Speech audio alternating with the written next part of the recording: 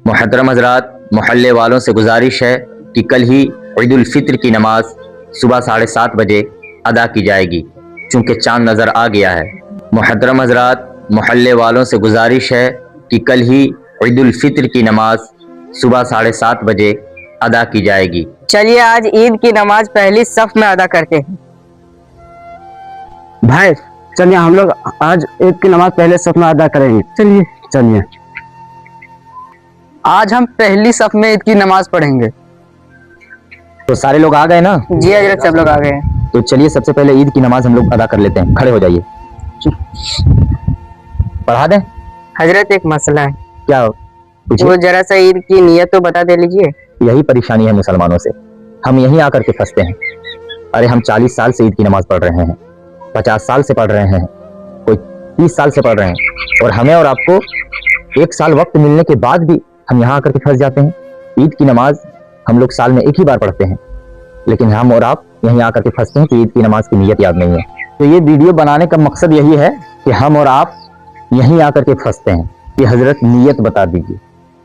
ये वीडियो आप 10 लोगों को शेयर भी कर दीजिए, और खुद वीडियो जो है सेव करके रख लीजिए, ताकि इस बार जो आप ईद की नमाज पढ़ेंगे, अभी वक्त है 2 से 3 दिन वक्त है, आप लोग भी तरीके से नमाज पढ़िए।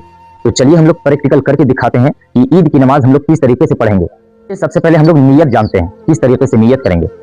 तो नियत की मैंने 2 रकात नमाज ईद उल फित्र वाजिब 6 जायज तकबीरों के साथ वास्ते अल्लाह ताला के, पीछे इस इमाम के, मुंह मेरा काबा शरीफ की तरफ, अल्लाहु अकबर, ये हम लोग नाक के नीचे बांध लेंगे हाथ पहली तकबीर में। उसके बाद सना पढ़ी जाएगी। उसके बाद फिर दूसरी तकबीर के लिए हाथों को कान तक लेके जाना है, अल्लाहु अकबर कहते हुए हाथों को छोड़ देना है। फिर जो है तीसरी तकबीर होगी, अल्लाहु अकबर, फिर हाथों को जो है छोड़ देना है।